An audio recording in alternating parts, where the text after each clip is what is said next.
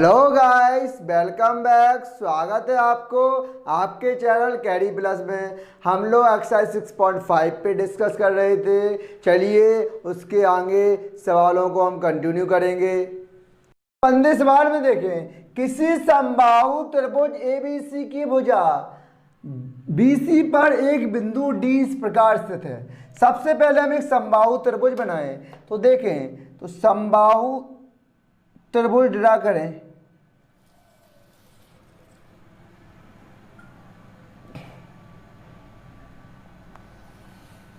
ठीक,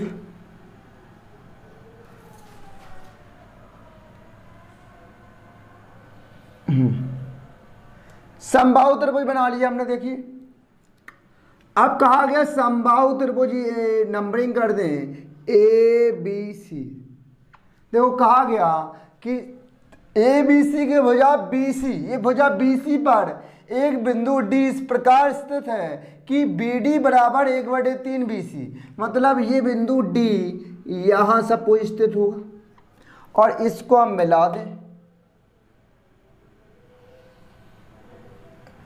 कहा गया बी डी इस प्रकार स्थित है कि बी डी, ये बी और डी बराबर क्या होगा 1/3 BC। मतलब ये अगर ये 1/3 है, ये B D equal to 1/3 BC। अगर ये 1 है तो ये क्या होना चाहिए, ये अगर ये 1 है तो ये 3 होगा। ठीक, अब इन सवाल में हम सॉल्व करें तो हम एक, अगर इस पर एक शीर्ष लंब डाल दें, एक ऐसा शीर्ष लंब डाल दें, ये शीर्ष लंब डाल दें तो आप कहेंगे, इसको शीर्ष लंब डाल दें तो ये 90 हो जाएगा और ये भी 90 हो जाएगा, 90 डिग्री 90 डिग्री हो जाएंगे और शीर्ष लंब मान लेंगे बिंदु ई है। ठीक है, अब देखें हम सॉल्व करें सवाल को। तो लिखें, देखो सबसे पहले दिया क्या गया वो लिखें हम। दिया है कि त्रिभुज ए बी सी समबाहु त्रिभुज है।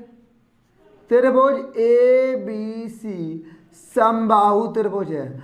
अगर समबाहु त्रिभुज है तो बताइए समबाहु त्रिभुज की क्या प्रॉपर्टी होती है। समबाहु त्रिभुज की सारी भुजाएं बराबर होती हैं। मतलब जो ए बी होगा वही बी सी होगा, वही ए सी होगा। मतलब ए बी बराबर बी सी बराबर ए सी होगा। हम अभी कुछ क्वेश्चन में हम ए बी की जगह बी सी ले सकते हैं, बी सी की जगह ए सी ले सकते हैं, ए सी की जगह ए बी ले सकते हैं, क्योंकि समबाहु त्रिभुज है और समबाहु त्रिभुज की सारी भुजाएं क्या होती हैं, इक्वल होती है सारी साइड्स। ठीक है, और ये दिया गया बी डी बराबर 1/3 BC लिखें। और क्या क्या दिया गया, ये दिया गया है बी डी बराबर 1/3 BC, ये दिया गया है हमें, ये दिया है। ठीक, अब हमें प्रूफ क्या करना है। देखो प्रूफ करना है 9AD² = 7AB²। ठीक, अब हम रचना करें, इसकी कंस्ट्रक्शन करें। रचना हमने क्या की है, देखो आप क्या करें हमने कि ए हमने एक शीर्ष लंब ए परपेंडिकुलर डाला है, किस पर, ए परपेंडिकुलर डाला है किस पर, BC पर। ठीक है, अगर हमने BC भुजा पर क्या डाला, परपेंडिकुलर डाला है। अगर हमने ये परपेंडिकुलर डाला है तो हम ये भी कहेंगे जो BE होगा वही क्या होगा, जो BE होगा वही EC होगा। इतनी बात मेरी समझ पा रहे हैं आप, जो BE होगा वह EC होगा, परपेंडिकुलर डाला है। अब उत्पत्ति करें। आप देखो, अब सवाल की ओर देखें कि सवाल में क्या कह रहा है कि AD², AD तो मतलब ये, और AB तो ये। देखो हम समकोण AD अगर आ रहा है स्क्वायर है तो मतलब है इस समकोण त्रिभुज ले लें हम पहला ले रहे हैं समकोण त्रिभुज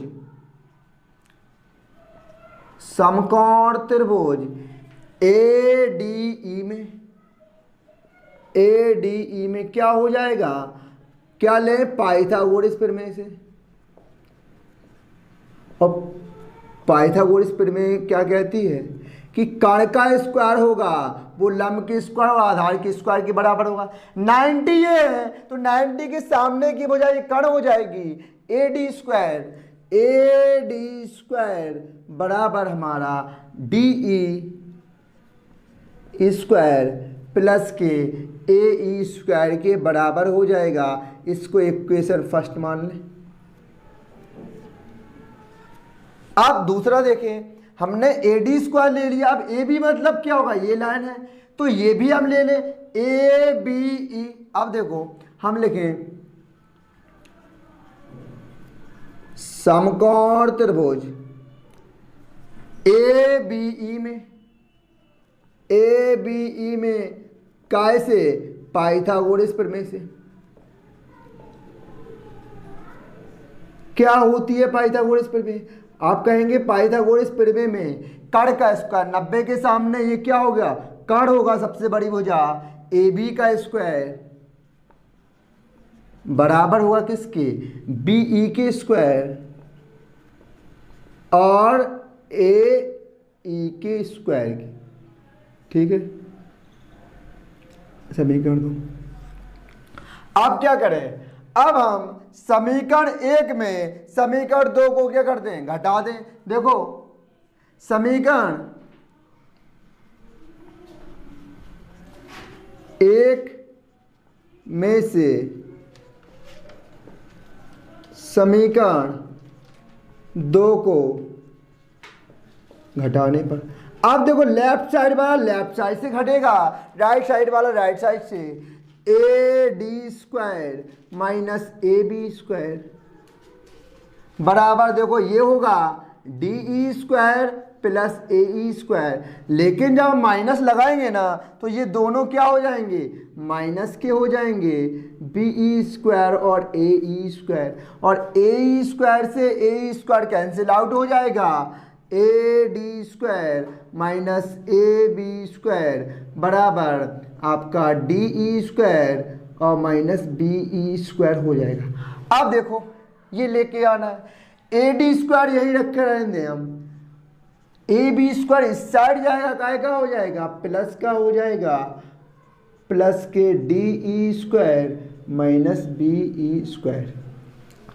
ठीक है, अब इतना यही रहना। अब देखो हमें जो दिया गया है उसको हम देखें। एक हमें दिया गया है, देखो यहाँ कि BD बराबर 1/3 BC। ठीक है, अब हम इसकी बात करें, देखो एक चीज हमें दी गई है, ये दी गई है BD बराबर 1/3 BC।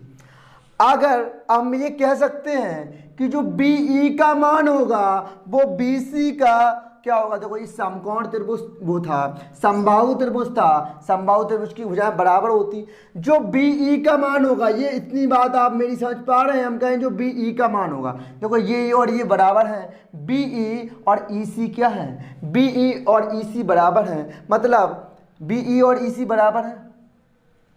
तो हम ये कह दें जो BE होगा वह क्या होगा कि 1/2 BC होगा। इतनी बात बताओ, क्यों, ये बराबर है तो BC का जो मान होगा, अगर समबाहु त्रिभुज हम मान लो A है तो ये पूरा A है, तो ये कितनी A/2 हो जाएगी, वही तो लिखा है हमने, A का आधा A/2। BE की वैल्यू 1/2 BC हो जाएगी कि नहीं, इतनी बात बताओ, आपको समझ में आई। अब यहां देखें, ठीक है, अब यहां देखो BE को देखें, इतना इस पॉइंट का बहुत यूज है हमें, इस पॉइंट का बहुत यूज है हमें। BE का मान हम यही रखेंगे 1/2 BC, ये तो हमें समझ में आ गया। अब DE की वैल्यू कैसे निकालें, क्योंकि AB लेके आना है, ये तो ठीक है, ये ठीक है, इसको हमें AB फॉर्म में कैसे लेके आए समझो। अगर हम BE क्या है, ये है BE, क्या है BE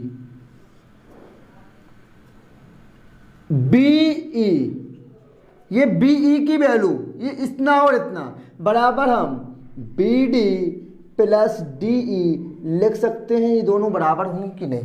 देखो बी ई बराबर होगा, बी ई बना होगा B D plus D E से मिलकर बना होगा, ठीक है। अगर ये बना होगा तो ठीक है। अब देखो, अब सब दिख रहा है आपको, बी ई की वैल्यू हम यहाँ से 1/2 बी सी से पुट कर सकते हैं कि नहीं, बी ई की वैल्यू। और बी डी की वैल्यू हमें 1/3 बी सी हमें दी गई थी, ये वाली, ये पुट कर सकते हैं कि नहीं? देखो बी डी और बी ई लिखेंगे कि यहाँ लिखे हम कि बी ई बराबर 1/2 बी सी और बी डी बराबर बी डी बराबर 1/3 बी सी, क्या रखने पर इस पे रख देंगे। इस पे हम रखेंगे तो देखो इसका मान हो जाएगा 1/2 बी सी और बी डी का मान 1/3 बी सी प्लस के डी ई। हम डी ई का मान निकालना है। देखो मैं, अब देखो बी सी है, ये इस साइड जाएगा माइनस का हो जाएगा 1/2 बी सी माइनस के 1/3 बी सी बराबर डी। अब इसमें से हम 6 क्या ले लें, एलसीएम ले लें तो आ जाएगा 2 से देंगे 2 3 6 3 बी सी 3 दूनी 6 -2 B C equal to D E. इतना आपको समझ में आ रहा है? इतना आपको समझ में आ रहा है? देखो अब यहाँ 1 मान लें क्रॉस, और देखो 3 बी सी में 2 बी सी जाएगा तो कितना आ जाएगा? आप कहेंगे बी सी बचेगा, बी सी बचेगा, क्या बचेगा? B C. और ये क्या है? अपॉन क्या आएगा? 6 और बराबर क्या आ गया? डी ई आ गया कि नहीं? ये डी ई आ गया। देखो हमने कहा ये आ गया, डी ई की वैल्यू आ गई हमारी, ठीक। और यहाँ बी सी की बी ई की वैल्यू है, ये दोनों बहुत काम किए हमारे। ये हमारी क्या? बी ई की वैल्यू है, ठीक है, आ गई।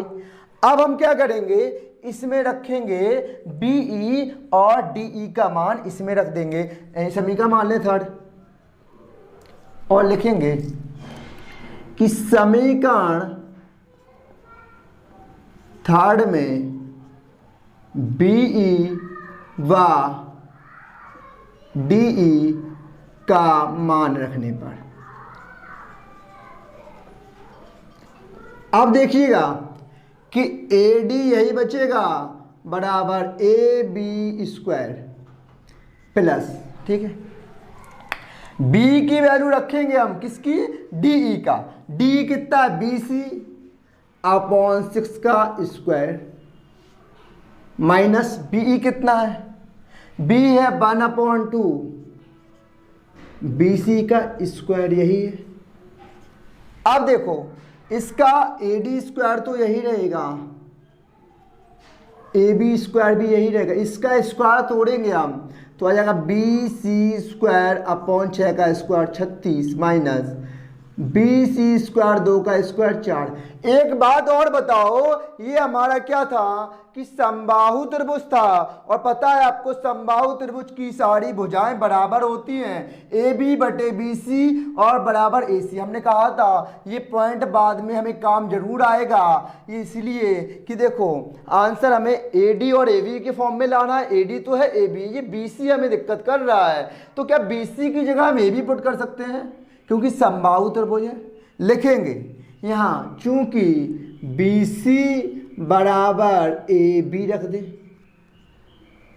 ए बी रख दें, क्यों? क्योंकि ये समबाहु त्रिभुज और समबाहु त्रिभुज की सारी भुजाएं बराबर होती हैं।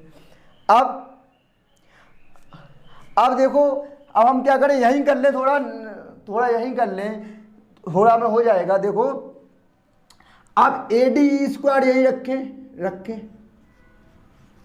बराबर, देखो अब इसमें 36 क्या आ जाएगा? 36 हमारा आ जाएगा, लासा आ जाएगा।